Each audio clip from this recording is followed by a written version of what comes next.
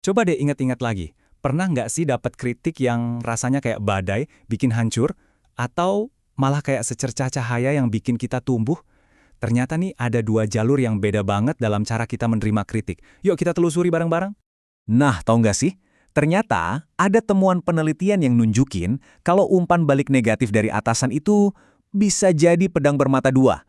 Di satu sisi, bisa menghancurkan semangat, tapi di sisi lain justru bisa jadi pendorong kesuksesan terbesar kita. Iya, benar banget. Satu kalimat kritik yang sama untuk satu orang bisa jadi benih kesuksesan, tapi buat orang lain, malah jadi bibit kehancuran. Kok bisa gitu ya? Nah, misteri inilah yang mau kita bongkar hari ini. Oke, sekarang kita bahas lebih dalam. Kita semua pasti pernah deh ngalamin situasi kayak gini kan? Momen di mana atasan manggil kita buat ngasih, ya umpan balik yang kurang enak didengar soal kerjaan kita. Ini tuh tantangan universal banget di dunia kerja. Waduh, jantung langsung deg-degan, pikiran kemana-mana. Aku salah apa ya? Jangan-jangan aku mau dipecat? Rasanya nggak nyaman, bahkan akutin banget. Tapi ternyata nih, apa yang terjadi setelah momen itu bukanlah takdir. Itu adalah pilihan yang ada di tangan kita sendiri. Dan disinilah kita berdiri di sebuah persimpangan. Sebuah kritik bisa membawa kita ke dua jalur yang sangat berbeda. Terus, penunjuk arahnya apa dong? Ternyata penunjuk arahnya itu ada di dalam pikiran kita sendiri. Para ahli psikologi punya istilah nih, namanya fokus regulatori. Gampangnya gini, ini tuh semacam settingan bawaan di otak kita yang nentuin apakah kita ini tipe orang yang lebih semangat ngejar sukses atau tipe orang yang lebih fokus buat menghindari kegagalan. Coba kita lihat bedanya ya. Di satu sisi ada yang namanya fokus pencegahan. Orang tipe ini tuh main aman. Prioritasnya keamanan dan tanggung jawab. Di kepala mereka isinya, pokoknya jangan sampai gagal. Nah, di sisi lain ada fokus promosi. Mereka ini para pemburu peluang, fokusnya ke pertumbuhan. Di kepala mereka, ayo kita raih sukses. Dua pola pikir inilah yang jadi penentunya.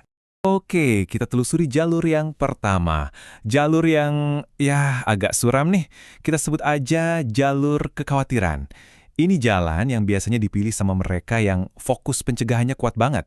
Proses mental yang terjadi di sini namanya ruminasi afektif. Coba bayangin deh. Kayak ada kaset rusak di kepala kita yang muter ulang terus-terusan momen yang menyakitkan itu. Lengkap sama perasaan negatifnya.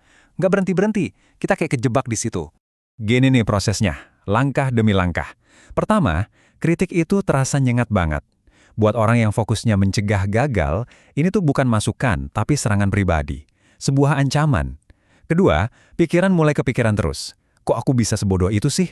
Pasti atasanku benci aku. Kalimat-kalimat ini diulang terus. Ketiga, emosi akhirnya meluap. Frustrasi, marah, benci, semuanya numpuk sampai energi mental kita habis terkuras. Ujung-ujungnya, perjalanan di hutan berduri kekhawatiran ini biasanya berakhir dengan pelampiasan. Energi negatif yang udah numpuk itu harus keluar, dan seringkali caranya ngerusak, misalnya jadi jutek ke teman kerja. Kalau di penelitian, ini disebut penyimpangan interpersonal. Eits, tapi tenang, selalu ada jalan lain yang lebih cerah. Yuk kita pindah ke jalur kedua, jalur pertumbuhan. Nah, ini dia, jalan yang dipilih sama mereka yang punya fokus promosi. Kunci buat lewat jalur ini, itu ada di satu kekuatan super yang kita semua punya. Namanya metakognisi. Apaan tuh? Simpelnya, ini kemampuan kita buat mikirin cara kita mikir. Jadi kita bisa mundur selangkah, ngelihat proses di kepala kita, terus cari cara yang lebih oke. Di jalur ini, prosesnya juga ada 3 langkah, tapi rasanya beda banget. Pertama, kritik datang. Tapi ini dilihat bukan sebagai ancaman, melainkan informasi berharga. Oh, ini toh yang perlu aku perbaiki. Kedua, menemukan pelajaran. Pikirannya nggak nyangkut di kegagalan, tapi malah fokus menganalisis, oke, apa ya yang kurang dari kerjaanku? Ketiga, mengambil langkah baru. Dari pelajaran tadi, mereka langsung bikin rencana baru biar bisa lebih baik lagi. Nah, hasil dari pendakian Gunung Pertumbuhan ini keren banget.